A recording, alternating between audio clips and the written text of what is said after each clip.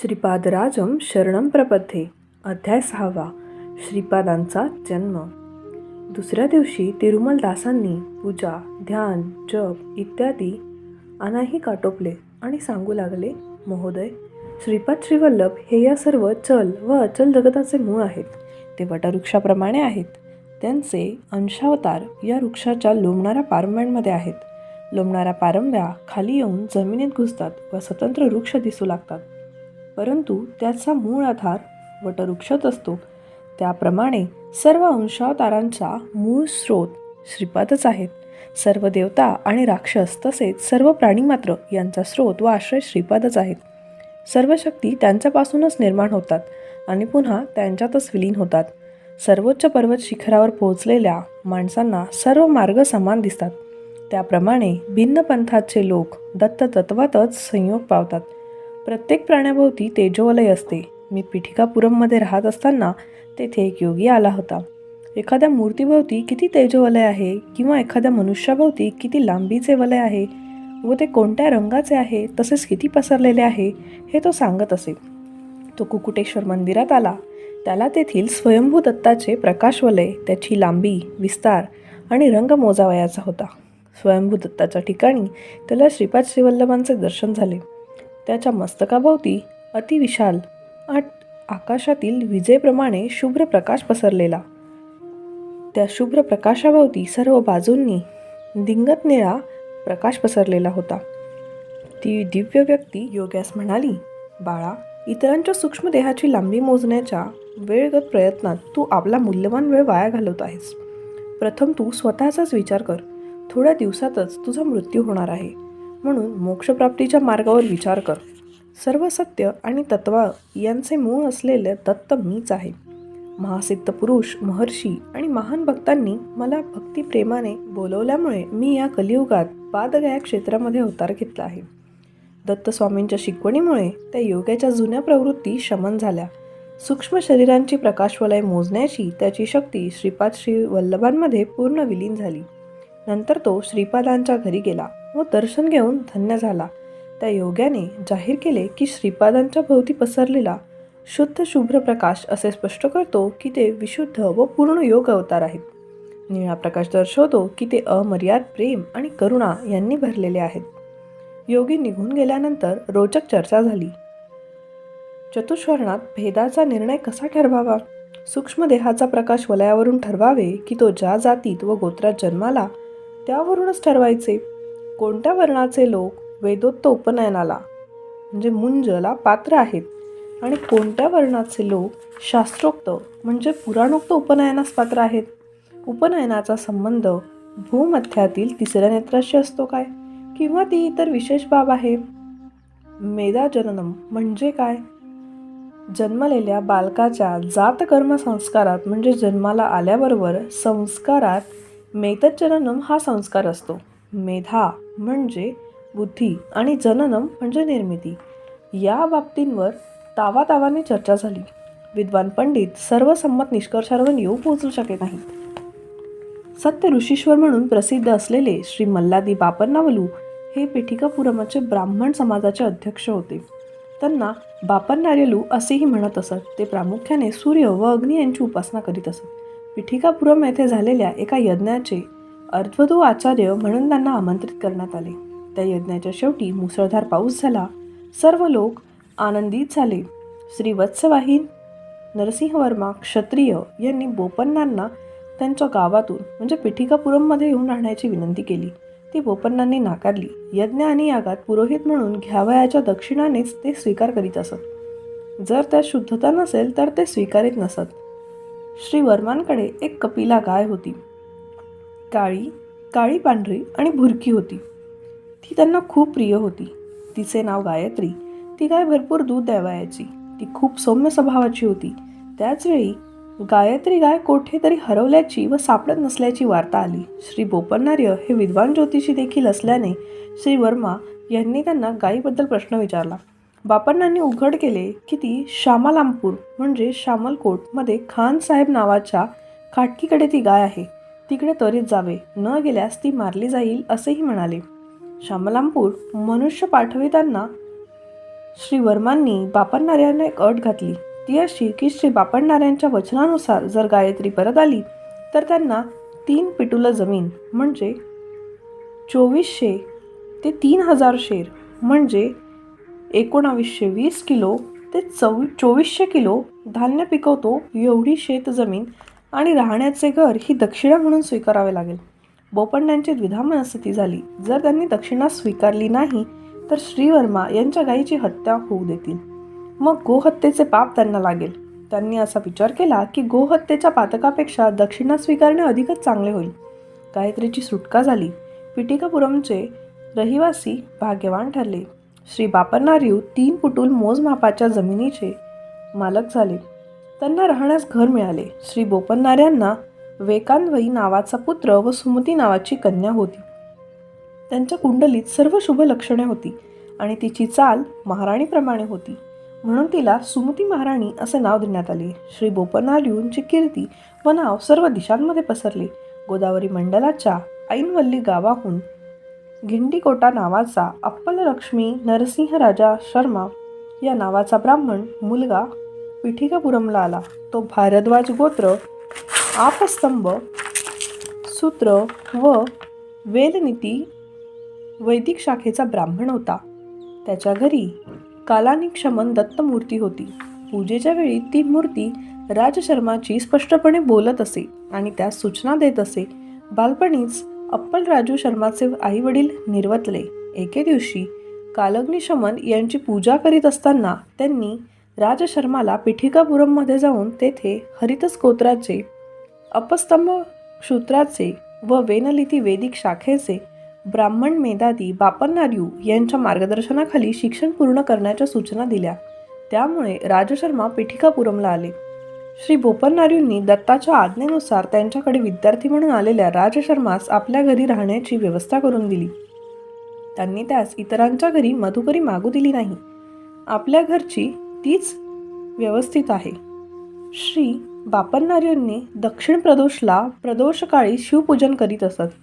प्रत्येक महिन्याच्या शुक्ल व कृष्ण पक्षातील त्रयोदशीला प्रदोष असे म्हणतात व प्रदोष पूजा किंवा प्रदोष व्रत करणारे भक्त त्या दिवशी प्रदोषकाळी म्हणजे सायंकाळी शिवपार्वतीची पूजा करतात.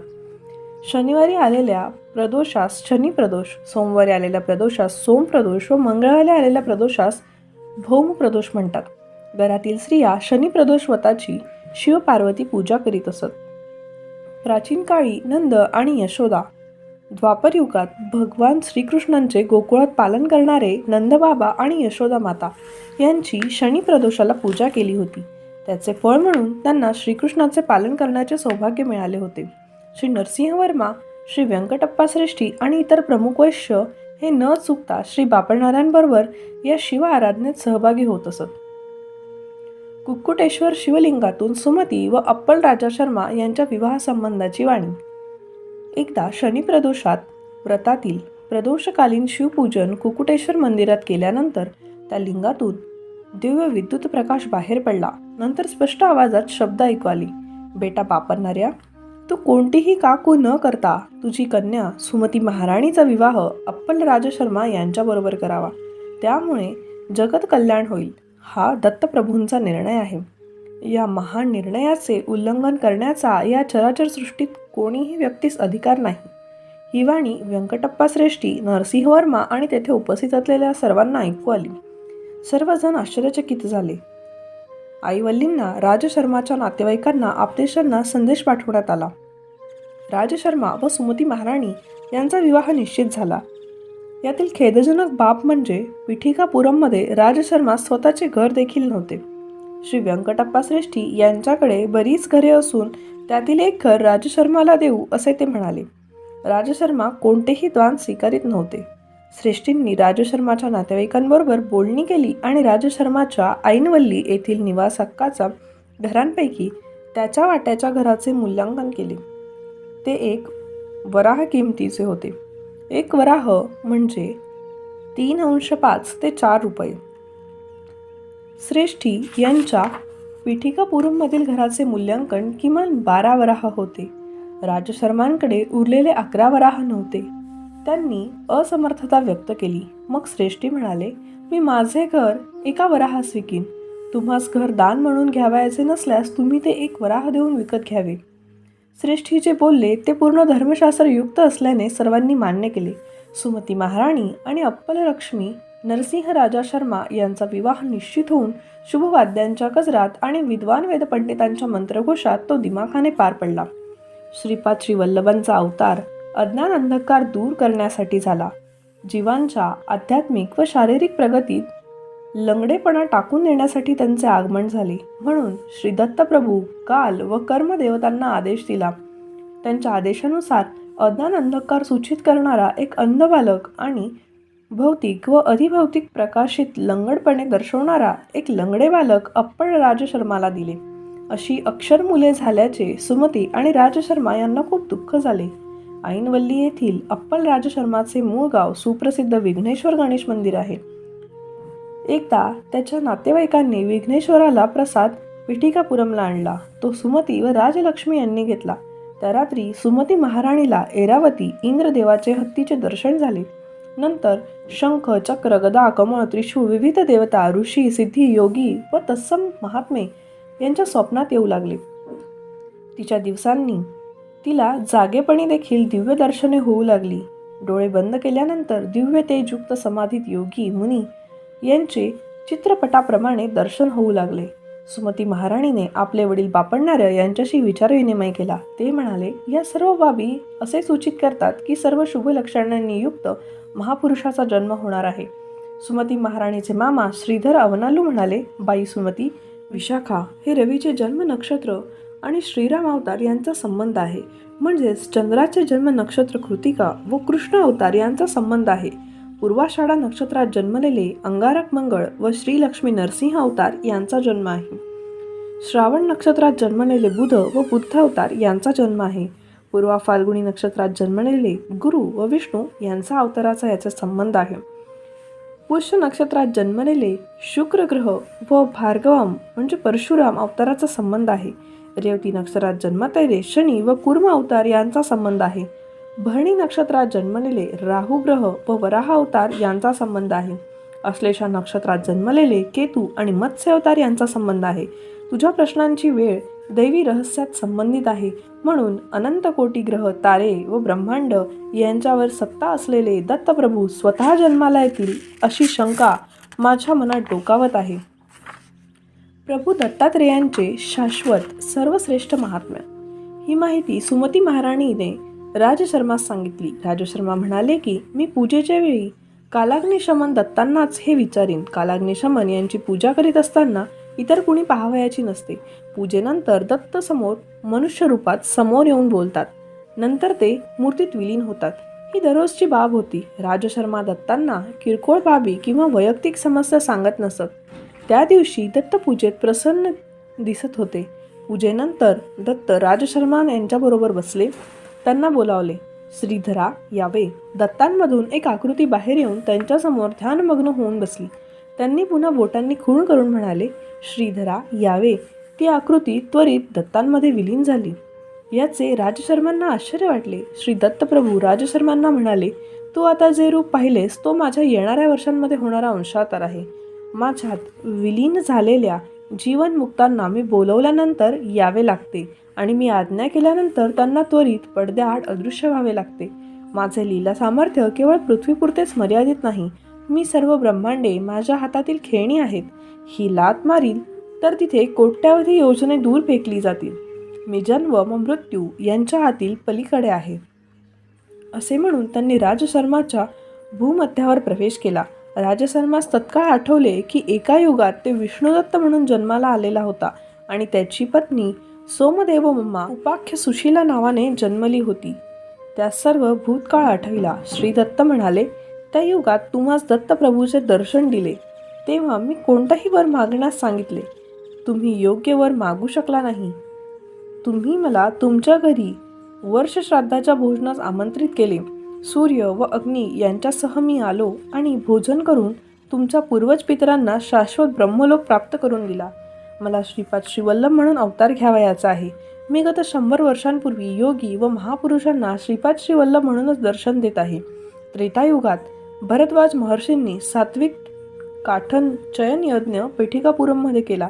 त्यावेळी पर्वतप्राय भस्म गोळा झाले. त्या भस्म पर्वतांचे खंड हनुमंताने स्वर्ग, मर्त्य, पृथ्वी व पाताळ लोकात वाहून नेले.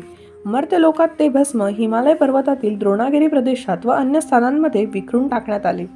हनुमंत हे पर्वत खंड नेत असताना एक लहानसा खंड गंधर्व नगरात म्हणजे गाणगापुरात पडला. गंधर्व नगर हे भीमा व अमरजा नद्यांच्या संगमावरतील तीर्थक्षेत्र आहे. मी श्रीपाद श्रीवल्लभ अवतार अदृश्य केल्यानंतर मीन लग्न व मीन नवांश असताना नृसिंह सरस्वती अवतार घेईन आणि गंधर्व नगरात अनेक लीला चमत्कार दाखवीन. नंतर मी श्रीशैलमच्या कदलीवनात 3000 वर्ष तपसमाधीत राहीन आणि तदनंतर स्वामी समर्थ नावाने प्रज्ञापुरात म्हणजे अक्कलकोटात राहीन. शनी मीन राशीत प्रवेश करील तेव्हा मी मर्त्य देहाचा त्याग करीन. दत्तप्रभूंचे कथन राजशर्माने आपल्या पत्नीस सांगितले. सत्य ऋषीश्वर बापन्नार्यू म्हणाले, बेटा राजशर्मा, पूर्वयुगातील जन्मात दत्तप्रभू, सूर्यदेव आणि अग्निदेवांना श्राद्ध भोजन दिलेला परमात्मा तू आहेस. या जन्मात दत्त कोणत्याही स्वरूपात तुझ्याकडे अग्निभिक्षा मागतील. तो जरी पितरांचा वर्षश्राद्धाचा महावलय दिवस असला आणि भोक्त्यांनी भोजन केले नसले तरी त्यापूर्वीही तू त्यांना भिक्षुकरूपी दत्तांना कोणतेही आढेवेढे न घेता भोजन दिले पाहिजे. बेटी अम्मा सुमती, या बाबी तू काळजीपूर्वक ध्यानात ठेव. तिरुमलदास म्हणतात की बेटा शंकर भट्टा, दत्तप्रभूंच्या लीला अभूतपूर्व, अचिंत्य आणि अश्रुत आहेत. कालाग्निशमन दत्तात्रेयांनी इसवी सन 1320 मध्ये राजशर्मांना श्रीपाद श्रीवल्लभ, नृसिंह सरस्वती व स्वामी समर्थ अवताराबद्दल जे काही सांगितले ते तंतोतंत खरे झाले. श्रीपाद श्रीवल्लभांचा जन्म. महालय अमावस्येच्या दिवशी भाद्रपद कृष्ण अमावस्या राजशर्मा महालय श्राद्धाची तयारी करीत होते तेव्हा दारासमोर रस्त्यावर हाक ऐकू आली. भवती भिक्षाम देही. तेथे उभे असलेल्या अवधूतास सुमती महाराणीने भिक्षा वाढली.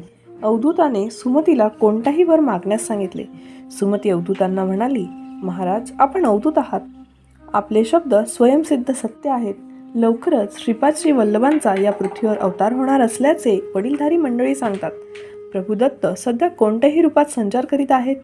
असे ऐकण्यात आहे की दत्तप्रभू गत 100 वर्षांपासून श्रीपाद श्रीवल्लभ स्वरूपात या पृथ्वीवर संचार करीत आहेत. आपण मला काहीही इच्छा मागण्यास सांगितले. मला श्रीपाद श्रीवल्लभांचे स्वरूप पाहायचे आहे. हे शब्द ऐकून अवधूतांनी जग हादरून सोडणाऱ्या हास्याचा गडगडाट केला. सुमती महाराणीला असे वाटले की तिच्याभोवती संपूर्ण विश्व क्षणात अदृश्य झाले. तिच्यासमोर यती म्हणजे संन्यासी स्वरूपात 16 वर्षाचा सुंदर मुलगा प्रकट झाला आणि म्हणाला, माते, मीच श्रीपाद श्रीवल्लभ आहे. मीच दत्त आहे. तू मला अवधूत स्वरूपात श्रीवल्लभ दाखवण्यास सांगितले. तुझी इच्छा पूर्ण करण्यासाठी मी तुला श्रीपाद श्रीवल्लभ म्हणून दर्शन देत आहे. मी या श्रीवल्लभम स्वरूपात असताना तू काहीही मागू नकोस. तू मला अन्न दिले त्याच्याबद्दल मी वर देऊ इच्छितो. या जगातील लोकांनी हेतुतः पाप कर्म केल्यास त्यांना त्याची वाईट फळे मिळतात. त्यांना सहेतुक पुण्यकर्मे केल्यास त्याची पुण्यफळे मिळतात. जर कोणी निष्कर्म भावनेने पुण्यकर्म केले तर त्यास अकर्म म्हणतात. अकर्मासाठी पुण्य किंवा पाप यांच्यापेक्षा वेगळे फळ द्यावे लागते. ते ईश्वराधीन आहे. अर्जुनाने अकर्म केल्यामुळे श्रीकृष्णांनी त्यास कौरवांना मारण्यास सांगितले. अशा हत्यांमुळे त्याला कोणतेही पाप लागले नाही. कौरवांना मारणे हे ईश्वर निर्णय होता. तू आणि तुझ्या पतीने भरपूर अकर्मे केली आहेत. म्हणून जगत कल्याणासाठी तुम्ही काहीतरी दिले पाहिजे. कोणताही आडपडदा न ठेवता आपली इच्छा व्यक्त कर. मी नक्की ती पूर्ण करेन. श्रीपाद श्रीवल्लभ स्वरूपात दत्तांना पाहिल्यानंतर सुमती महाराणीची इच्छा. श्रीपाद श्रीवल्लभांचे दिव्य पुण्य स्वरूप पाहून सुमती महाराणीने त्यांच्या पायी अडून सदर व्यक्त केला. श्रीपाद श्रीवल्लभांनी तिला जमिनीवरून उचलले आणि म्हणाले, माते, आईने आपल्या मुलाच्या पायावर पाय पडणे अनुचित आहे. त्यामुळे मुलाचे आयुष्य कमी होते. त्यावर सुमतीने म्हणाले, श्रीपाद श्रीवल्लभ प्रभू, तुम्ही मला माता म्हटले, म्हणजेच मी माता आणि तुम्ही पुत्र हे तुम्ही मान्य केले. तुमचे शब्द सत्यवचनात असतात, म्हणून ते शब्द सत्य करावेत. तुम्ही माझा पुत्र म्हणून जन्म घ्यावा. मग श्रीचरण श्रीपाद म्हणाले, तथास्तु.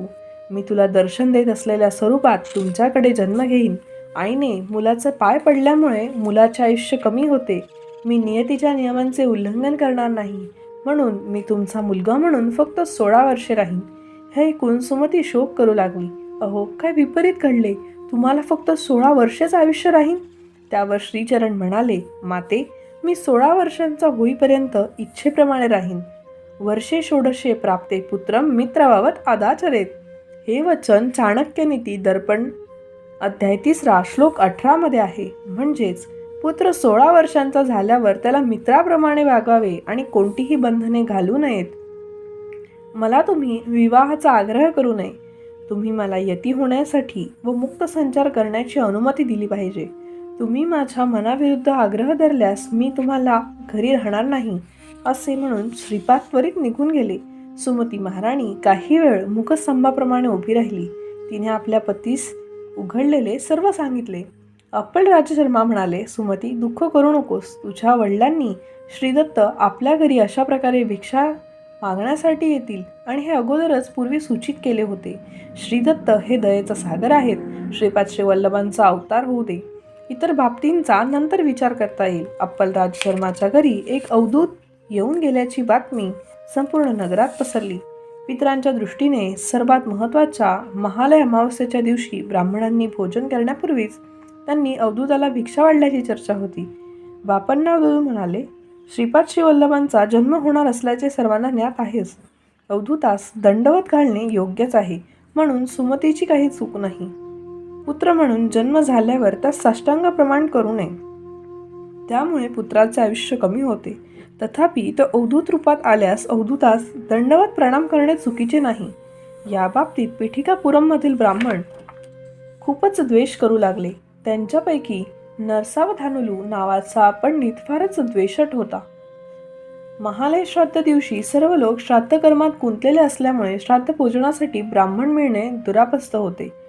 बापण्णारी म्हणाले की राजशर्माच्या घरी कोणतीही अडचण येणार नाही. श्री राजशर्मा कालाग्निशमन यांच्या पूजा ध्यानात होते. दरम्यान 3 अतिथी भोक्ता म्हणून आले. महालय श्राद्धाचे विधी कोणताही अडथळा न येता पार पडले. बेटा शंकरभट्टा, त्या दिवशी वेश्यांनी वेदोक्त उपनयन मुंज करण्याचा अधिकार दिला आहे किंवा नाही हा वादाचा मुद्दा बनला. ब्राह्मण परिषद भरली. बंगालमधील नवद्वीप नादिया जिल्हा येथील आशुतोष नावाचे ते विद्वान पादगया क्षेत्रात आले. त्यांच्याकडे जुने नाडीग्रंथ होते. त्यांनी देखील ब्राह्मण परिषदेस आमंत्रित करण्यात आले. श्री बापण्णार्य म्हणाले, धर्माचरणाच्या नियमांच्या बाबतीत ब्राह्मण, क्षत्रिय आणि वैश्य समान आहेत, म्हणून सनातन धर्मानुसार या वर्णांना वैदिक उपनयन ग्राह्य आहे. जर इतर जातीत उपनयन करावायचे असल्यास ते पुराणोक्त पद्धतीने करता येऊ शकते. ज्ञानसिद्धीसाठी जात, लिंग, वय यांचा अडथळा नाही. सिद्धांमध्ये वैश्य ऋषी होऊन गेले आणि प्रभू दत्तात्रेयांच्या कृपेने लाभद नावाचे ऋषी सिद्ध झाले. लाभात ऋषींची कृपा झाल्यावर मनुष्याला सर्व सिद्धी प्राप्त होतात. बापण्णाऱ्यांचा निर्णय सर्वांनी जयघोषित मान्य केला. तथापि नरसावधानी नावाच्या पंडितास त्याचे मनसे दुःख झाले. ते वादावादात पटाईत होते. ते बगलामुखी देवीचे भक्त होते. ते त्या देवीची रोज पूजा करीत असत. युक्तिवादाला सुरुवात करण्यापूर्वी ते मुख धुवून बंगालमुख मंत्राचा जप करीत असत. मग ते युक्तिवादास सुरुवात करीत असत. तेव्हा त्यांना पराभूत करणे अवघड असायचे. बापण्णार्य हे पुण्यात्मा होते आणि त्यांनी गायत्री मंत्राचा अनेक कोटी जप केला होता. ते दोघे कधीही डोकेफोड होण्याचा वादविवादात समोरासमोर आले नव्हते. नरसावधानांनी मुख धुवून मंत्र जप केला. श्रीपाद श्रीवल्लभांनी अगदी लहानपणापासूनच आजोबांची खूपच जवळीक होती, म्हणून ब्राह्मण परिषदेच्या सभांना ते आपल्या मातामहांसोबत जात असत. त्या मोहक बालकास कोणी अडथळा आणत नव्हते. त्या दिवशी श्रीवल्लभ सभेत आल्यानंतर नरसावधानांनी अस्वस्थता वाटली. महान पंडिताच्या सभेत छोट्याशा बालकाचे येणे चुकीचे आहे असे त्यांना वाटले. त्यांनी बगलामुखी मंत्र म्हणून युक्तिवादास प्रारंभ करण्यापूर्वी श्रीपादांना ते का आल्याचे विचारले. यावर श्रीपाद म्हणाले, आजोबा, निमंत्रणा वाचू येणे योग्य नाही. तुम्ही विधीपूर्वक आवाहन केल्यामुळे मी आलो. तुम्ही मला जाण्यास सांगितले तर मी जाईन. मला त्याचे काय, मी लहान मुलगा असून तो व्यक्ती आहे. नरसावधानांनी ओरडून म्हटले की श्रीपादांनी निघून जावे. श्री राजशर्मा आपल्या पुत्रास घेऊन निघून गेले. युक्तिवादास प्रारंभ करू इच्छिणारे नरसावधानी बोलू शकले नाही. महाप्रयत्न करूनही त्यांच्या मुखातून एकही शब्द बाहेर आला नाही. हे सर्व पाहून आशुतोष आनंदाने हसले. सभेत बापण्णार्यांचा निर्णय मान्य करण्यात आला. वैश्यांनी वेदोक्त उपनयन नेमून देण्यात आले. आशुतोष यांच्याकडील नाडीग्रंथाबाबत चर्चा होऊन निर्णय झाला. त्या नाडीग्रंथात असे सूचित करण्यात आले होते की श्रीपाद श्री वल्लभांचा जन्मवेळ सांद्र संधुवेद या दिलेल्या गणितसूत्रानुसार मोजावयास पाहिजे. म्हणून असे ठरवण्यात आले की श्रीपादांचा जन्म गणेश चतुर्थीला पहाटे चित्रा नक्षत्र, हंस लग्न आणि तुळा राशीत असताना झाला. श्रीपाद हे दत्त अवतार असल्याचेही त्या ग्रंथात नमूद केलेले होते. त्यांच्या पायावर सर्व सुखचिन्ह असल्यामुळे त्यांचे श्रीपाद श्रीवल्लभ हे नाव योग्य होते. आता असेही नमूद करण्यात आले होते की त्यांची कुंडली कोणालाही देण्यात येऊ नये आणि ती कालोघात त्रिपुरामधील अक्षय कुमार या जैन पंथागुमींकडून पोहोचेल. हे सर्व दिव्यलीला योजनेनुसार घडेल आणि कुंडली पीठिकापुरमला पोहोचेल. ज्योतिषांनी श्रीपादांची कुंडली मांडण्याचा मोह टाळलाच पाहिजे. आशुतोष श्रीपाद वल्लभांच्या दर्शनासाठी त्यांच्या घरी गेले. श्रीवल्लभ म्हणाले, आज चित्रा नक्षत्र आहे. माझा जन्म नक्षत्राच्या दिवशी माझी पूजा केल्यानंतर मी अतिशय प्रसन्न होतो. तुम्ही शुद्ध भक्तीने आलेला आहात म्हणून मी तुमच्यावर कृपा करीत आहे. तुम्ही कोणतेही इच्छित मागा. तेव्हा आशुतोष म्हणाले, प्रभू, असे समजले आहे की नरसावधानी हे बगलामुखीचे भक्त आहेत. त्यांच्या सहाय्याने अंबेचे दर्शन घेण्याचा माझा विचार होता. माझी इच्छा, एक आशा आहे. मला असे ज्ञात आहे की त्यांच्यावर अंबिका कोपली आहे. श्रीपाद तात्काळ म्हणाले, ते पूजा करीत असलेली अंबिका मीच आहे. त्यांनी मला जाण्यास सांगितले. त्या क्षणी त्या आतापर्यंत त्यांच्या सूक्ष्म रूपाने राहत असलेली अंबिका माझ्यात विलीन झाली. हे सर्व देव आणि देवतांचे स्वरूप आहे. अंबिका दर्शनाचे सौभाग्य द्यावे. असे म्हणून श्रीपादांनी आशुतोषांना बगलामुखी म्हणून दर्शन दिले.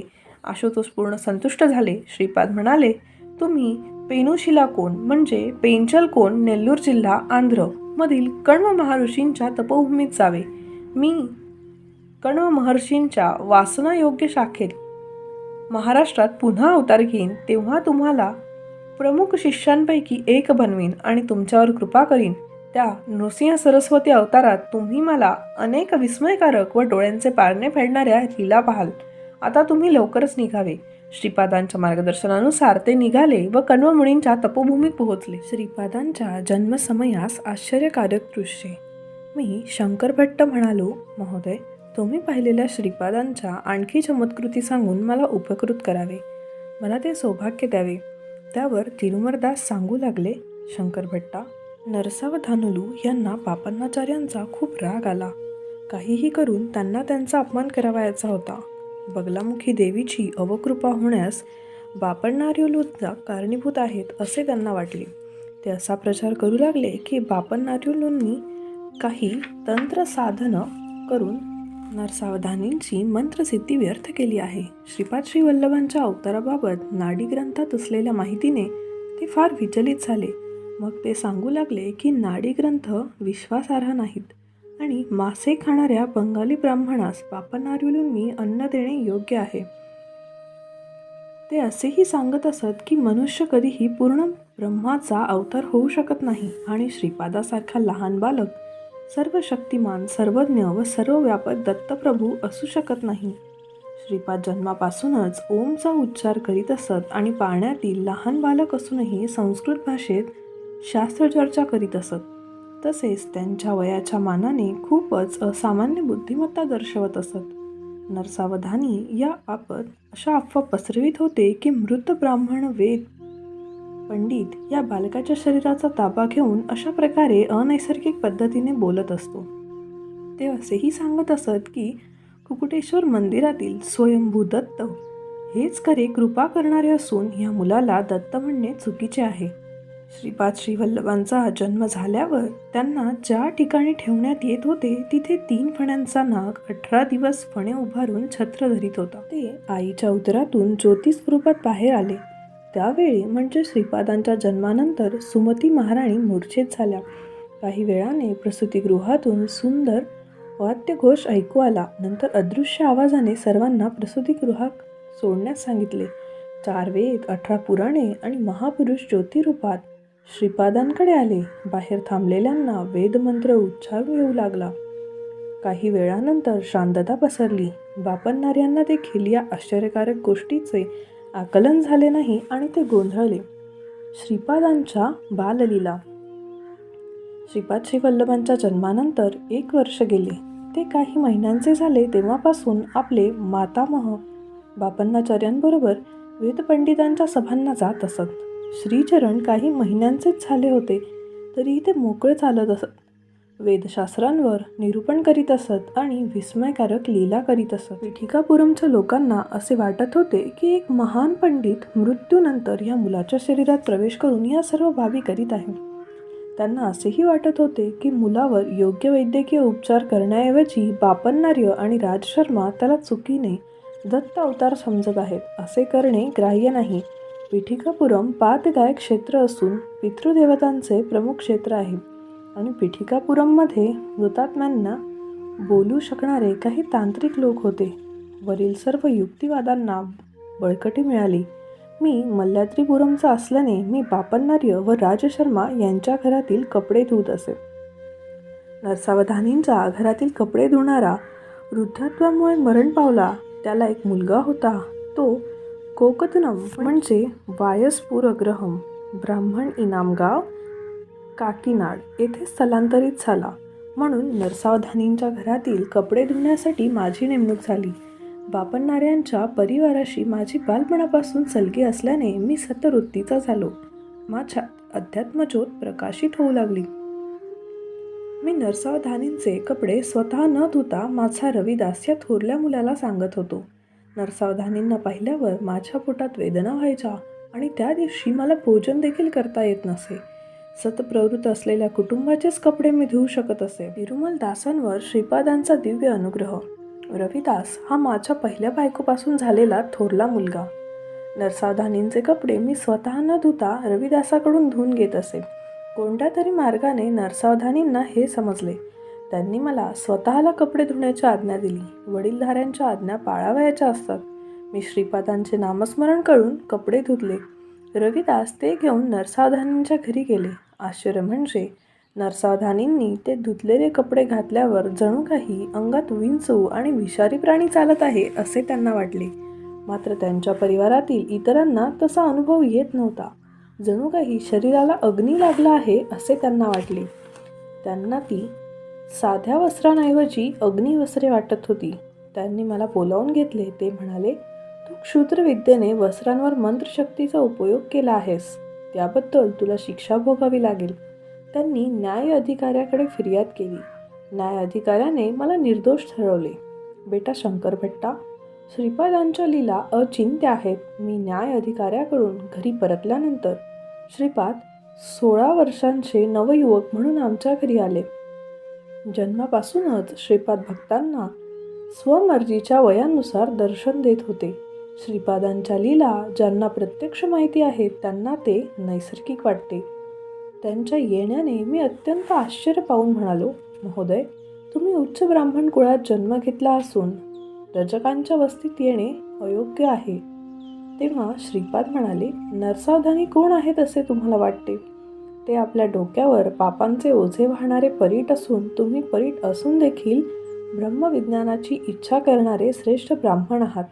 म्हणून मी येथे असे येणे असंयुक्तिक नाही. मग मी श्रीपादांच्या चरणावर पडलो आणि हमसून हमसून रडू लागलो.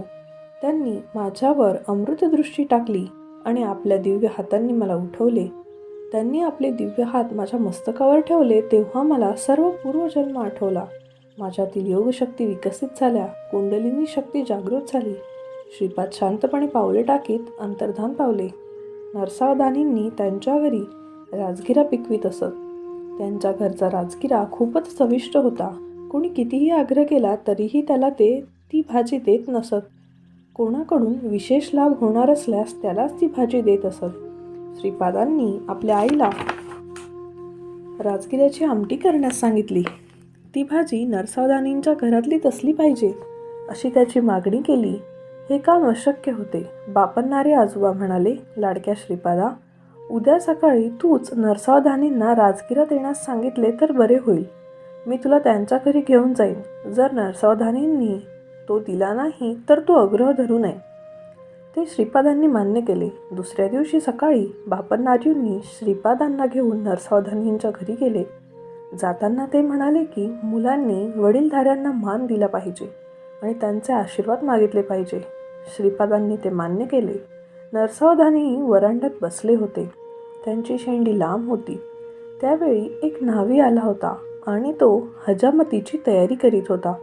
श्रीपाद मातामहांच्या खांद्यावर बसले होते. त्यांनी नरसावधानींकडे पाहून हात जोडून नमस्कार केला आणि अचानक घडलेल्या प्रसंगाने नरसावधानी चकित झाले. श्रीपादांची तीक्ष्ण नजर नरसावधानींच्या डोक्यावरील शेंडीवर पडली. त्याबरोबर त्यांची शेंडी आपोआप गळून पडली. ते गोंधळले आणि शेंडी आपोआप कशी गळून पडली यांची त्यांना आकलन झाले नाही. मग श्रीपाद आपल्या आजोबांना म्हणाले, आजोबा, नरसावधानींच्या डोक्यावरील शेंडी त्यांना खूपच प्रिय होती. ती आता आपोआप गळून पडली. जर मी त्यांना अत्यंत प्रिय असलेल्या राजगिऱ्याच्या हिरव्या पानांची भाजी मागितली तर ते योग्य होणार नाही. अगोदरच ते अत्यंत दुःखात आहेत. मी त्यांना आणखी दुःख का बरे द्यावे? आपण आपल्या घरी जाऊया. नंतर श्रीपादांनी पुन्हा कधीच राजगिरा मागितला नाही. श्रीपादांनी आपल्याला नमस्कार करून किमया केल्याचे नरसावधानींच्या ध्यानात आले. ते ध्यानात बसले तेव्हा त्यांच्यासारखीच असलेली दिव्य शक्ती त्यांच्यातून बाहेर आली. नरसावधानींनी विचारले, तू कोण आहेस? कोठे जात आहेस? ती दिव्य शक्ती म्हणाली, मी तुझ्या शरीरातील पुण्य शरीर आहे. आतापर्यंत तू अनेक वेळा वेदांचा उच्चार केला होतास. तू स्वयंभू दत्ताची पूजा केली आहे. ते दत्तच श्रीपाद श्रीवल्लभ म्हणून अवतरले असता तू त्यांचा अवमान केला. तुला राजगिरा व शेंडीबद्दल खूपच प्रेम आहे. त्यांच्या 1,00,000 प्रमाणात श्रीपादांच्या प्रती प्रेम दर्शवले असते तर तुला जन्माचे सार्थक झाले असते. मोहनाश म्हणजेच मोक्ष. तू मोहाच्या साखळीने बांधला गेला आहेस. लवकरच तुला दारिद्र्य येणार आहे. त्याला प्रतिबिंब करण्यासाठी श्रीपादांनी राजगिऱ्याचे शाकदान मागितले. तू जर त्यांना राजगिरा दिला असता तर तुझा केवळ दारिद्र्याचा नाश झाला नसता तर तुला संपत्ती देखील मिळाली असती. तू तुझ्या हातांनी अशी संधी घालवली. तरीही श्रीपाद दयेचा सागर आहेत. ते हा अवतार गुप्त करून नवीन अवतार घेतील. त्यावेळी तू गरीब ब्राह्मण म्हणून जन्म घेशील. तेव्हा देखील तू आपल्या घरी राजगिरा पिकवशील. योग्य काळ आल्यावर माझ्या रूपात असलेले पुण्य शरीर पुन्हा तुझ्यात प्रवेश करेल. मग श्रीचरण तुझ्या घरी येऊन तू शिजवलेल्या व प्रेमाने वाढलेल्या राजगिऱ्याची आमटी भक्षण करतील आणि तुला संपत्ती प्रदान करतील. तथापि मी सध्या तुला सोडून जात आहे. श्रीपादांनी केलेला नमस्कार तुला केलेला नव्हता. मला म्हणजे तुझ्या पुण्य शरीराला तुला सोडून जाण्याची आणि त्यांच्यात विलीन होण्याची आज्ञा होती. तू श्रीपादांचा नमस्कार स्वीकारून तुझा पुण्यक्षय झाला.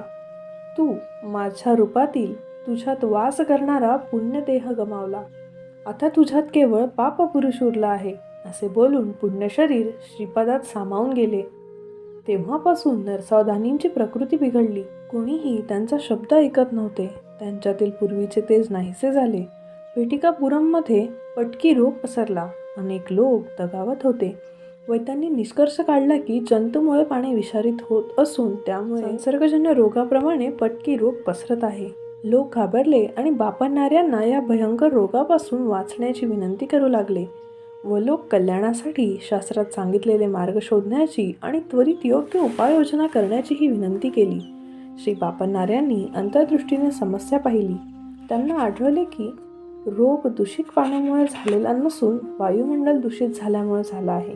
वैद्यांनी स्पष्टपणे सांगितले की बापणाऱ्यांचे म्हणणे वैद्यकशास्त्रातील ग्रंथात सांगितलेल्या तत्वांच्या विरोधी आहे आणि त्यामुळे ते म्हणणे ग्राह्य नाही. लोक ग्रामदेवतेला शांत करण्यासाठी विविध पूजा आणि पशुबळी देऊ लागले.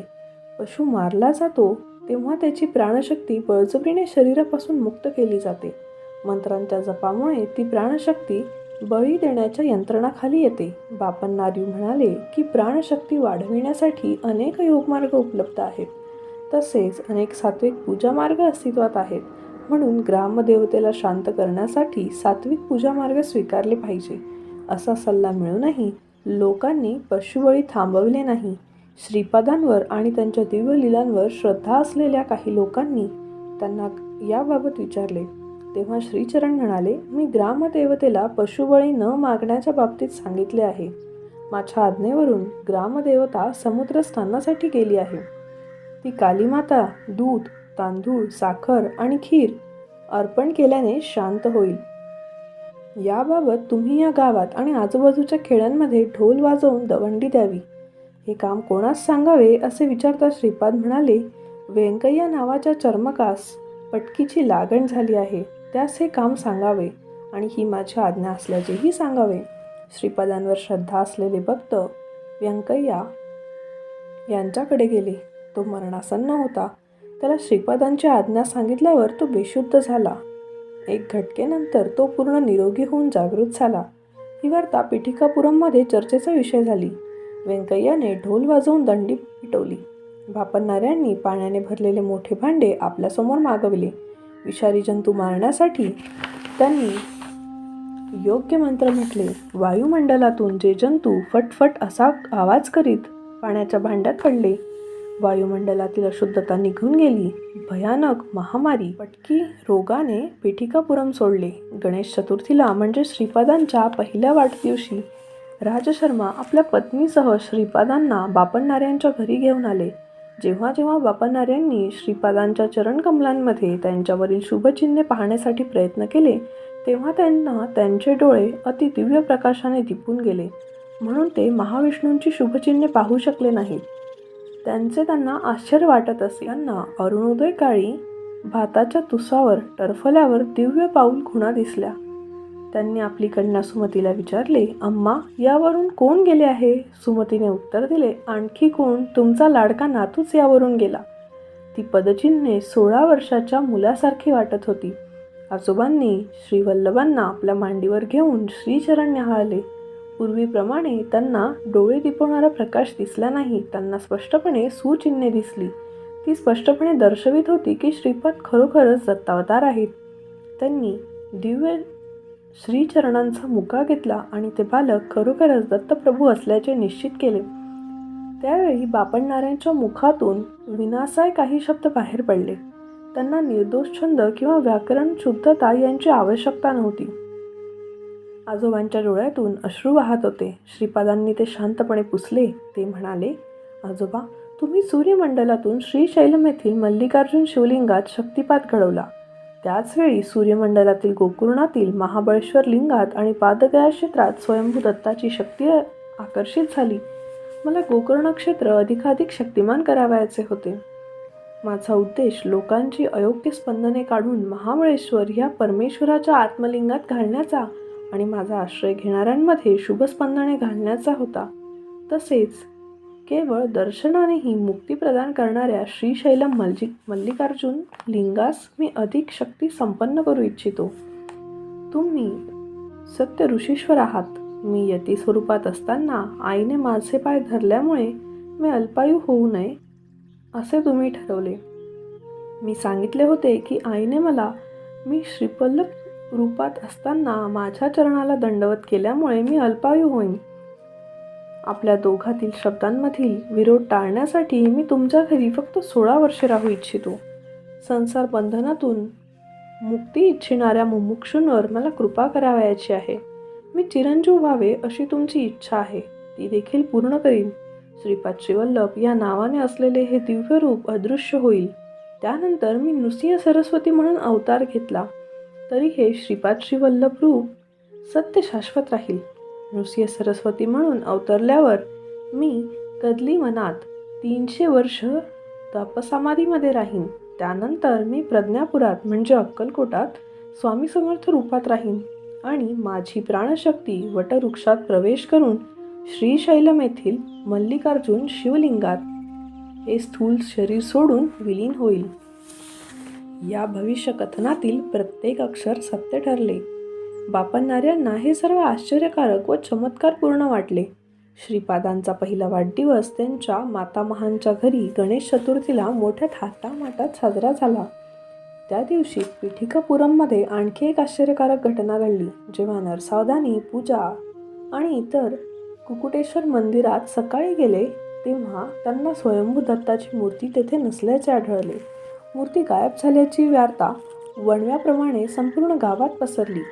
नरसावधानींबद्दल मत्सर असलेल्या एका तांत्रिकाने अशी अफवा पसरवली की नरसावधानींनी क्षुद्रविद्येचे साधक असतात आणि मूर्ती गायब होण्यास तेच कारणीभूत आहेत. मग पेठिकापुरममधील ब्राह्मण समाजाने नरसावधानींच्या घरात कसून तपास करण्याचे ठरवले. बापन्नाऱ्यांना विचारले असता ते म्हणाले, योग्य वेळी सत्य बाहेर येईल. सध्या शांत राहणे योग्य आहे.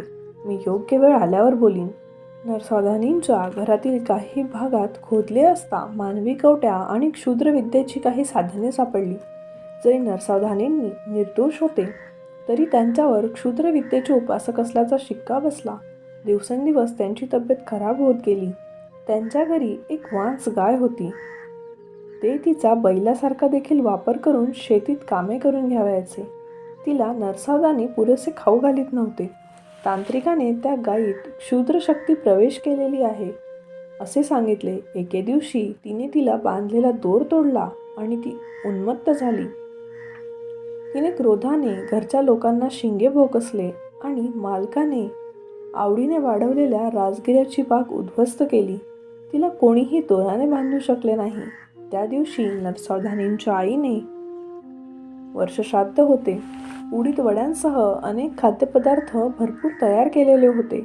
त्या गायीने नरसावधानींच्या स्वयंपाकघरातील खाद्यपदार्थ खाऊन टाकले. त्यावेळी श्राद्धाचा भोगता ब्राह्मणांची भोजने झाली होती, मात्र घरच्यांची भोजने झाली नव्हती. श्रीपाद आपले वडील राजशर्मा नरसावधानींच्या घरी जाऊन असे ते विनोदाने म्हणत होते. राजशर्मा श्रीपादांना घेऊन नरसावधानींच्या घरासमोर उभे राहिले. दरम्यान नरसावधानींची गाय बाहेर आली. श्रीपादांनी वडिलांना त्यांना जमिनीवर ठेवण्यास सांगितले. त्या गायीने श्रीपादांना 3 प्रदक्षिणा केल्या, त्यांच्या शुभचरणांना नमस्कार केला आणि अखेरचा श्वास घेतला. पेठिकापुरममध्ये लोक या प्रसंगावर वेगवेगळी मते मांडू लागली. एक मत असे पडले की उडीद वड्यात कोणत्या तरी प्रकारचे विष मिश्रण झाले. श्राद्ध अतिथी ब्राह्मणांचे नशीब की ते वाचले, मात्र विषामुळे गाय मरण पावली. नरसावधानींना गोहत्येचे पाप लागेल व त्याचा त्यांच्यावर परिणाम होईल या अभिप्रायाचे नरसावधानींना खूप दुःख होत गेले. गायीने श्रीपादांना प्रदक्षिणा केल्या आणि तिने प्राण सोडले. त्यामुळे लोकांनी विचार केला की श्रीपादांकडे असामान्य दिव्य गुण आहेत. राजशर्मांना आयुर्वेदी औषधांची माहिती होती व ते नरसावधानींच्या विनंतींवरून त्यांच्यावर उपचार करीत होते. राजशर्मा नरसावधानींच्या घरी जात असताना तेव्हा श्रीपादही त्यांच्याबरोबर जात असत. राजशर्मा चांगले वैद्य असूनही नरसावधानींची तब्येत आणखी खराब झाली. एक दिवशी नरसावधानींचा मृत्यू झाला. अफवा, अपप्रचार, असत्याला सत्य सिद्ध करण्याचे आणि सत्याला असिद्ध सिद्ध करायचे प्रयत्न करणे इत्यादींचे पेठिकापुरम माहेरघरच होते. राजशर्मांनी सदहेतूने औषधे दिली, परंतु त्यांच्या प्रयत्नांना यश आले नाही. शेवटी मृत्यू आणि जन्म हे ईश्वराधीन आहेत. काहींना असे वाटले की तांत्रिकाच्या तंत्रविद्येमुळे नरसावधानींचा मृत्यू झाला, तर इतर काही जणांना असे वाटले की राजशर्मांनी व्यक्तिद्वेषामुळे व्यवस्थित उपचार केले नाहीत. अन्य वैद्यांनी उपचार केले असते तर ते जगले असते. दुसऱ्या काहींचे मत पडले की श्रीपाद श्रीवल्लभांना दत्तावतार समजणे असंयुक्तिक राहील.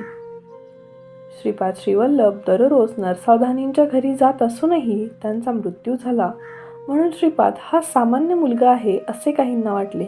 काहींनी असा निष्कर्ष काढला की गाय विषामुळे मरण पावली आणि नरसावधानी गोहत्येच्या महापापामुळे मरण पावली. त्या घरातून आणखी काही प्रेते स्मशानात जाऊ शकतील.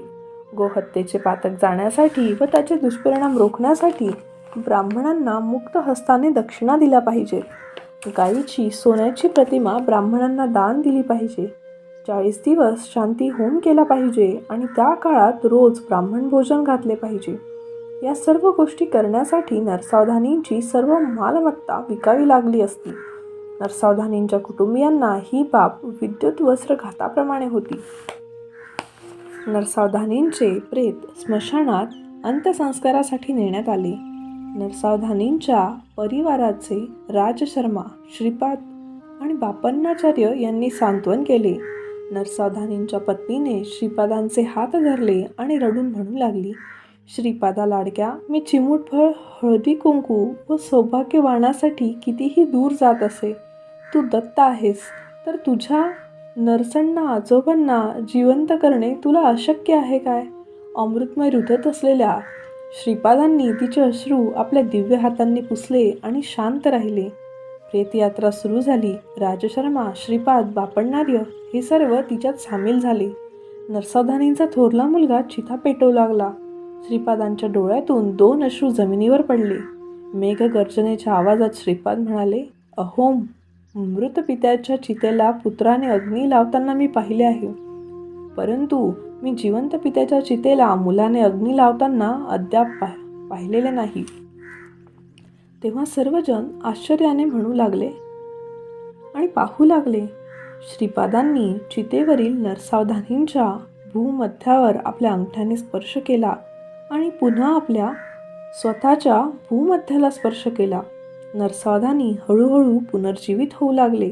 नरसावधानी त्यांच्या प्रेतयात्रेला आलेल्या सर्व लोकांबरोबर शोभायात्रेने आपल्या घरी परतले. त्यांच्या भूमध्याला श्रीपादांनी स्पर्श केल्यामुळे त्यांना कर्मसिद्धांताचे सूक्ष्म रहस्य समजू लागले. त्यांनी जाणले की आपल्या घरातील वांस गाय त्यांची आई होती आणि वृद्ध बैल त्यांचे वडील होते. या दोघांनी नरसावधानींच्या पितामहीला वृद्धापकाळात वाईट वागणूक दिल्यामुळे त्यांना असे खालच्या स्तरातील पशु म्हणून जन्म घ्यावे लागले आणि त्यांच्या घरी काबाड कष्ट करावे लागले. त्यांना असेही स्पष्ट दिसू आले की त्या गोमातेने आपले दूध पिण्याबाबत श्रीपादांना विनंती केली होती. श्रीपादांनी तिला असे वचन दिले की पुढील जन्मी ती वांस गाय होईल तेव्हा श्रीपाद तिचे दूध पितील. त्यांना सूक्ष्म जगतातील विशिष्ट गोष्टी देखील समजू लागल्या.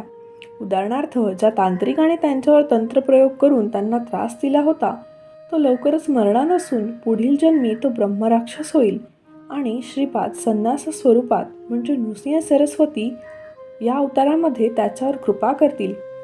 त्यांना असेही ज्ञात झाले की पुढील जन्मी श्रीपाद संन्यासी वेशात त्यांच्यावर उदंड संपत्ती प्रदान करण्याचीही कृपा करतील. तेव्हा राजगिऱ्याच्या पानांची भाजी खातील आणि आपल्या हातांनी वरील हिरव्या पानांच्या भाजीतला वेल हा वेल घेवड्याचा असल्याचे श्री गुरुचरित्र अध्याय क्रमांक 18 मध्ये म्हटले आहे. उपटून टाकतील आणि त्यांना सुवर्ण नाण्यांनी भरलेले घडे प्रदान करतील. नरसावधानींना हे भविष्य सुस्पष्टपणे दिसले. श्रीपाद श्रीवल्लभांच्या लीला अभूतपूर्ण आणि अतुलनीय आहेत. उद्या मी तुला श्रीपादांनी, नरसावधानींनी आणि त्यांची पत्नी यांना श्रेष्ठ उपदेश कसा केला आणि कशी कृपा केली हे सांगेन. आता आपण श्रीपाद श्रीवल्लभांचे नामस्मरण करूया आणि काही वेळ त्यांचे भजन गाऊया. श्रीचरण जेथे त्यांच्या दिव्य नावाचा उच्चार होतो तिथे सूक्ष्म स्वरूपात संचार करतात. हे अक्षरशः सत्य आहे.